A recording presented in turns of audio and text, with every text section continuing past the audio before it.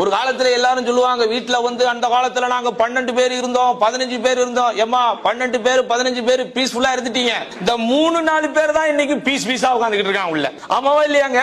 15 பேர் இன்னைக்கு ஆளுக்கு ஒரு ரெஸ்பான்சிபிலிட்டி. இப்ப எங்க பெரியமா பிள்ளைகளுக்கு எங்க வீட்டு பிள்ளைகளுக்கு வித்தியாசமே தெரியாது. சாப்பிடுற டைம்ல நாங்க போயிட்டா அவங்க பிள்ளைக்கு கொடுக்குற அதே சாப்பாடு எனக்கும் கொடுப்பாங்க.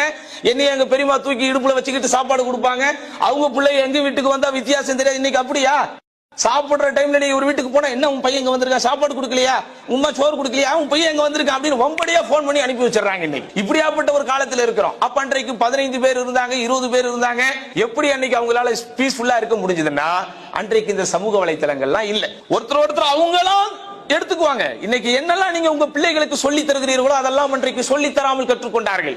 நம்ம நீச்சல் கிளாஸுக்கு நம்ம போனோமா, சைக்கிள் ஓட்ட நம்ம போனோமா, மரம் ஏறதுக்கு நமக்கு ஏதாவது ப்ரொஃபஷனல் ட்ரைனிங் கொடுத்தாங்களா? இன்னைக்கு எல்லாத்துக்கும் ப்ரொஃபஷனல் ட்ரைனிங் கொடுக்கறான். சைக்கிள் ஓட்டுறதுல என்னடா ப்ரொஃபஷனல் ட்ரைனிங் புரிய முடியல, சைக்கிளிங் கிளாஸ் அப்படிங்கிறான். நீச்சல் அடிக்கிறதுல நீச்சல் கிளாஸ். இப்படி சகோதரர்களே எதெல்லாம் இன்றைக்கு நானாக கற்றேனோ தானாக கற்றேனோ அதெல்லாம் இன்றைக்கு கற்பிக்கப்படுகிறது. பிள்ளைகள் இன்றைக்கு நாம் வளர்ந்தோம், இன்றைக்கு வளர்க்கப்படுகிறார்கள். நமக்கு எல்லாம் யாரு பிளான் பண்ணா? நமக்கு எல்லாம் என்னங்க பிளான்? பெத்து போடுறதோட முடிஞ்சது, மத்ததெல்லாம் மாஷா அல்லாஹ் தானா நடக்கும். அப்படிதான் இருந்துச்சு. இன்னைக்கு அப்படி இல்ல. இன்றைக்கு எல்லாமே திட்டமிடப்படுகிறது. அதற்காக அவங்க ஹோம்வொர்க் பண்றாங்க, ஒர்க் அவுட் பண்றாங்க.